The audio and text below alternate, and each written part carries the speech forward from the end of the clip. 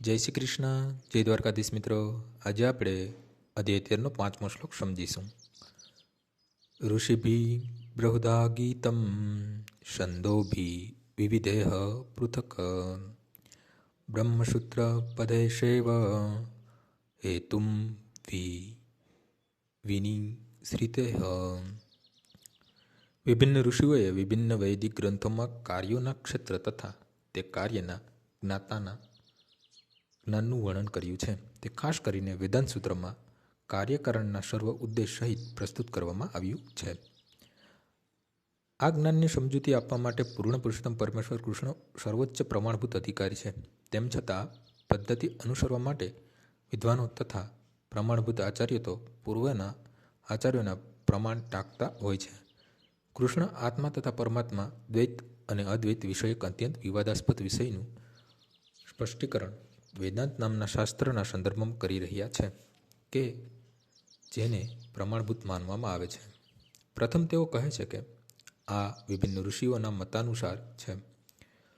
ઋષિઓના સંબંધમાં કહી શકાય કે ભગવાન ઉપરાંત વ્યાસ દેવ વેદાંત સૂત્રના કર્તા મહાન ઋષિ છે અને તે વેદાંત સૂત્રમાં દ્વૈતનું સ્પષ્ટીકરણ સારી પેઠે થયું છે. વ્યાસદેવના પિતા પરાશર પણ મહાન ઋષિ છે અને તેમણે તેમના ધર્મ વિષયક ગ્રંથોમાં લખ્યું છે અહમ ત્વમ ચ તથાન્ય. તમે, હું તથા અન્ય વિવિધ જીવો અર્થાત આપણે બધા જ દિવ્ય છીએ, પછી ભલે આપણે ભૌતિક શરીરોમાં હોઈએ. હમણાં આપણે આપણા ભિન્ન ભિન્ન કર્માનુસાર 3 પ્રાકૃત ગુણોની યોજનામાં પતિત થયેલા છીએ. આમ હોવાથી કેટલાક લોકો ઉચ્ચતર કક્ષામાં છે અને કેટલાક નિમ્નતર પ્રવૃત્તિમાં છે. પરિણામે આ ઉચ્ચતર તથા નિમ્નતર પ્રકૃતિનું અસ્તિત્વ અજ્ઞાનને કારણે હોય છે અને અનંત જીવ રૂપે પ્રકટ થાય છે.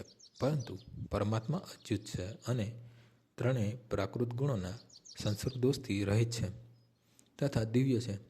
એવી રીતે મૂળ વેદોમાં ખાસ કરીને કઠ ઉપનિષદમાં આત્મા પરમાત્મા તથા શરીર વચ્ચેનો તફાવત દર્શાવવામાં આવ્યો છે. ઘણા મહર્ષિઓ છે કે જેમણે આ વિશે સ્પષ્ટીકરણ કર્યું છે અને તેઓમાં મહર્ષિ પરાશર મુખ્ય ગણાય છે. છંદોભિઃ શબ્દ વિવિધ વૈદિક ગ્રંથોનું સૂચન કરે છે. ઉદાહરણ યજુર્વેદની શાખારૂપ તૈત્તિરીય ઉપનિષદ પ્રકૃતિ, જીવ તથા પૂર્ણ પુરુષોત્તમ પરમેશ્વર વિશે વર્ણન કરે છે. પૂર્વ કહેવામાં આવ્યું છે તેમ ક્ષેત્ર એ કર્મ કરવાનું ક્ષેત્ર છે અને ક્ષેત્રજ્ઞ 2 પ્રકારના છે, વ્યક્તિગત જીવાત્મા અને પરમ પુરુષ. તૈત્તિરીય ઉપનિષદમાં જણાવ્યા પ્રમાણે બ્રહ્મપુચ્છમ પ્રતિષ્ઠા અર્થાત પરમેશ્વરની શક્તિનું પ્રકટીકરણ અન્નમય રૂપે થાય છે, જેનો અર્થ છે અસ્તિત્વ માટે અન્ન પર નિર્ભર રહેવું. બ્રહ્માનો અભૌતિકતાવાદી સાક્ષાત્કાર છે. અન્નમાં પરમબ્રહ્મનો સાક્ષાત્કાર કર્યા પછી વળી પ્રમાણમય રૂપે મનુષ્ય સજીવ લક્ષણો કે જીવનના રૂપોમાં પરમેશ્વરનો સાક્ષાત્કાર કરી શકે છે. જ્ઞાનમય રૂપમાં આ સાક્ષાત્કાર સજીવ લક્ષણોથી આગળ વધીને ચિંતન, અનુભવ તથા ઈચ્છાશક્તિ સુધી વિસ્તરે છે. ત્યાર પછી બ્રહ્માના ઉચ્ચતર સ્તરનો સાક્ષાત્કાર થાય છે, જે વિજ્ઞાનમય રૂપ કહેવાય છે, જેમાં જીવના મન તથા જીવનરૂપી લક્ષણોને જીવથી ભિન્ન તારવામાં આવે છે. આ પછીની આનંદમય અવસ્થા સર્વોપરી છે કે જેમાં સર્વથા આનંદમય પ્રકૃતિનો સાક્ષાત્કાર થાય છે. આ પ્રમાણે બ્રહ્મ સાક્ષાત્કારની 5 અવસ્થા છે જે બ્રહ્મ પુચ્છમ કહેવાય છે. આમાંની પ્રથમ 3 અન્નમય, પ્રાણમય અને જ્ઞાનમય અવસ્થાઓ જીવોના કાર્યક્ષેત્ર સાથે સંબંધ ધરાવે છે. પરમેશ્વર આ સર્વ કાર્યક્ષેત્રોથી પર છે અને તેઓ આનંદમય કહેવાય છે. વેદાંત સૂત્રોમાં પણ પરમેશ્વરને આનંદમયો ભ્યાસાત એમ કહી વર્ણવે છે. પૂર્ણ પુરુષોત્તમ પરમેશ્વર સ્વભાવે આનંદમય છે. પોતાના દિવ્ય આનંદને અનુભવવા માટે તેઓ વિજ્ઞાનમય, પ્રાણમય, જ્ઞાનમય અને અન્નમયમાં વિસ્તરે છે. કર્મના ક્ષેત્રમાં જીવાત્મા ભોગતા ગણાય છે અને આનંદમય તેમનાથી ભિન્ન છે. આનો અર્થ એવો થયો કે જો જીવ આનંદમય સાથે જોડાઈ જઈને આનંદ અનુભવવાનો નિશ્ચય કરે તો તે પૂર્ણ બને છે. ક્ષેત્રના સર્વોપરી જ્ઞાતા તરીકે પરમેશ્વરનું, ગૌણ જ્ઞાતા તરીકેનું જીવનું અને કાર્યક્ષેત્રની પ્રકૃતિનું આ વાસ્તવિક ચિત્ર છે.